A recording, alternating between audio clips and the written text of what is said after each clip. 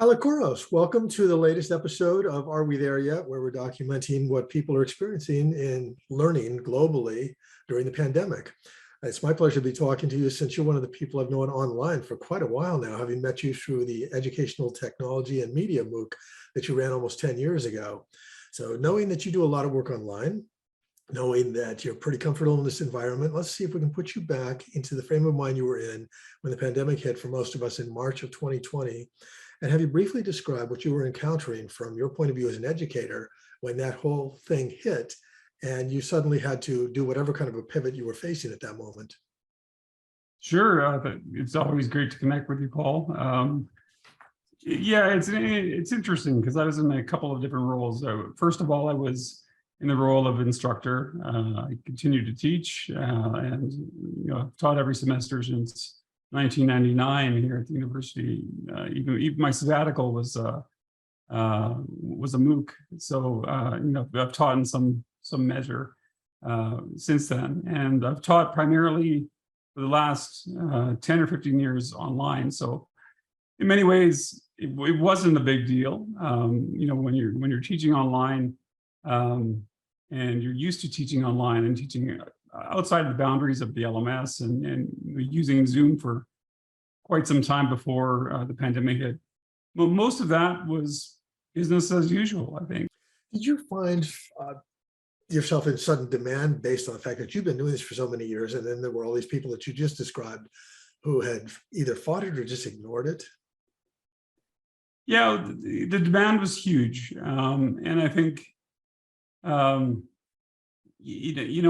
thinking about again going back to those different scenarios of why people resisted. In many cases, I'd get the odd email once in a while to say, I found this new tool, I'd like to try it online. It could be something like a social annotation tool. It could be something like a video conference tool, online chat tool. Sometimes they were institutionally positioned and sanctioned.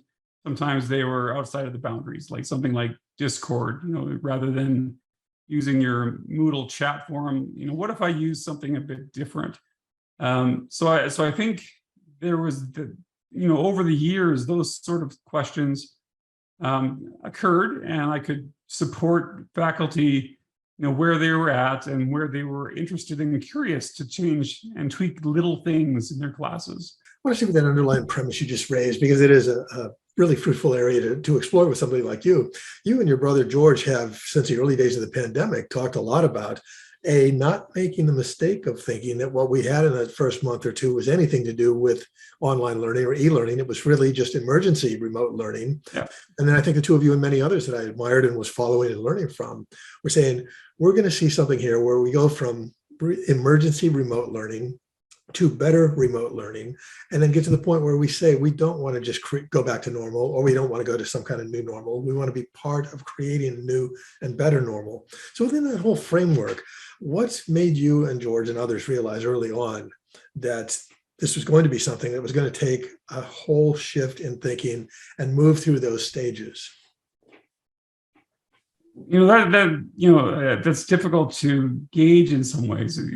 Part of it was, of course, being deeply immersed in online learning and seeing it as a discipline for years, like thinking about instructional design and using the LMS or other synchronous or asynchronous tools to the greatest extent, not just throwing up documents, willy-nilly, I guess, just to have them up there, but editing them carefully, thinking carefully about how you would assign work, thinking carefully about how students would work together and collaborate together. Right there, you've said something that a lot of people are struggling with, and I have not ever seen you struggle with this in online, which is the idea that people are feeling isolated and they're not feeling engaged.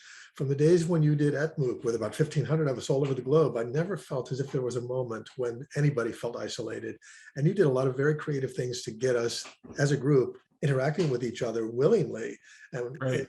incredible numbers of hours. What tips would you offer to your colleagues who have not had that experience based on what you saw at MOOC and all the other things that you've done? Thinking about tips and tricks, and this is kind of going outside of the sanctioned university tips and tricks, really working on or using or utilizing tools that students know that they are well aware of. That was really a big part in the success of some of my courses. Back at MOOC, we used to use Google Groups and Google Chat and blogs and wikis and whatever we could find, but things that we were using, we were comfortable with using. When the only form that you have is an LMS chat room or a discussion group, if that's all you have, you're not going to see much socialization. Whereas you sneak in Discord into one of your classes, and all of a sudden, something that's quite familiar to a lot of younger people becomes a brilliant place to discover, to collaborate, to connect, and it becomes part of, like, it's not so sterile. It's not just this university sanctioned space. It's something that's comfortable to students. It's something that students are willing to connect to in most cases, and it's just much more lively. It makes much more sense. It fits more into the social practices of students in their everyday lives. So I think it interweaves the educational context and the social context for students in a much deeper. As you said early on, for me, it wasn't that much of a change. You've been doing it, I've been doing that, and so we're there. And see, final thing is, you talked about the need to rejuvenate yourself and recognizing that that's an important part of our day-to-day experience altogether. What example do you want to end with here about one way that you have found to rejuvenate yourself that others might replicate easily? I don't know if I've found the magic way. I've got 4 kids. They do their best to rejuvenate me all the time. I can hear them in the background right now. Just trying to connect with them more as well, and because they're also the ones behind the devices. And I've got a student who graduated from grade 12 this year, or a daughter who graduated from grade 12 this year. And if we consider that she spent parts of grade 9 to grade 12, the pandemic, it wasn't the high school that we remember, Paul. It wasn't the high school that society promised her, I think, in ways. And on the other side of things, I had, my youngest, who spent kindergarten to grade 2, mostly in the pandemic.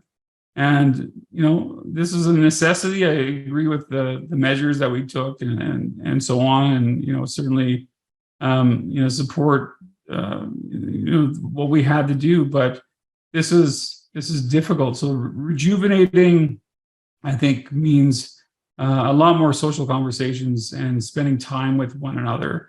And that's what rejuvenates me. The second that I get off this call, I'm going to be sitting beside my son, and he might be on Roblox, playing there, but I'm going to be playing beside him, right? So it may not be playing catch, but it might be, connecting to his interests right now, what he needs, and being beside him rather than him doing it in an isolated way. And that's what rejuvenates me, is just social, being social in whatever manner that means, and with people I respect, people I love. Well, thank you, Alec. I looked up at the series title here, Are We There Yet? And I certainly don't believe we're there yet, but I believe in the conversation we've had, you've taken us a lot closer to being where we need to be. And I want to thank you for your time and for all the wisdom you've given out and shared with us today. Thanks.